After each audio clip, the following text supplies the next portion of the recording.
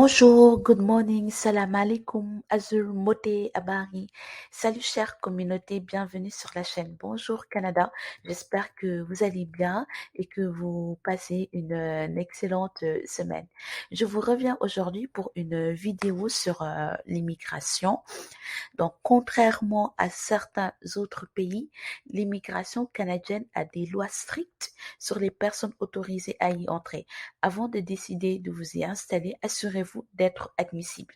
Nous allons parler aujourd'hui des raisons pour lesquelles le Canada peut vous refuser le visa. Comme vous le savez, lorsque vous faites la demande de visa pour entrer au Canada, la réponse peut être positive ou la réponse peut être négative. Donc, merci de vous abonner à ma chaîne Bonjour Canada et entrons dans le vif du sujet. Un agent d'immigration du Canada décidera de vous, si vous pouvez entrer au Canada lorsque vous soumettez votre demande de visa ou votre demande d'autorisation de voyage électronique, AVE, lorsque vous vous présentez au point d'entrée. Si vous êtes jugé interdit de territoire, on vous refusera un visa ou une autorisation de voyage électronique, on vous refusera l'entrée au Canada et ou bien on vous expulsera du pays. Le gouvernement canadien peut vous déclarer interdit de territoire si vous avez déjà été reconnu coupable d'un crime ou commis un crime dans un autre pays.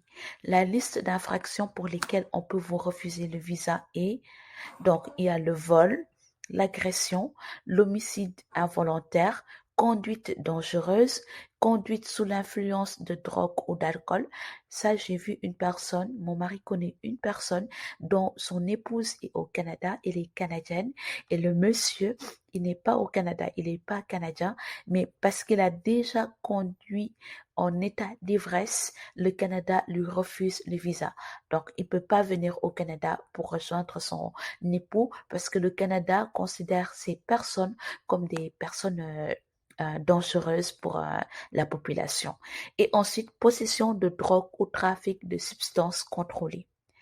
Donc, en plus des crimes énumérés ci-dessus, vous serez également interdit de territoire si vous avez des liens avec le crime organisé, avez un grave problème de santé, si vous avez des problèmes financiers, si vous avez déjà menti dans votre candidature ou votre entretien, si vous ne remplissez pas les conditions ou la loi canadienne sur l'immigration, si vous avez un membre de votre famille qui n'est pas autorisé à entrer au Canada. Si vous êtes refusé à entrer au Canada, tous les membres de votre famille vont avoir les conséquences aussi d'être refusés de visa. Donc, vous voyez, le Canada fait amener des gens, mais ils sont très stricts sur ce point. Ils ne jouent pas du tout. C'est pourquoi il faudra faire très attention si vous voulez voyager au Canada à ce que vous faites, parce qu'il peut y avoir des retombées graves, en fait. Si vous avez commis un crime, vous pouvez toujours faire une demande pour entrer et immigrer au Canada, mais vous devrez prendre des mesures supplémentaires. Vous devrez travailler avec un agent d'immigration, en fait.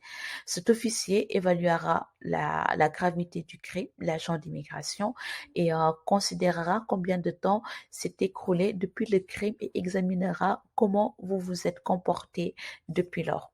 Donc, voici en gros les motifs pour lesquels on peut vous refuser le visa, en fait. Voilà la vidéo de ce jour. Merci de l'avoir regardée. Je vous souhaite une bonne journée et je vous dis à très bientôt sur la chaîne Bonjour Canada. Bye.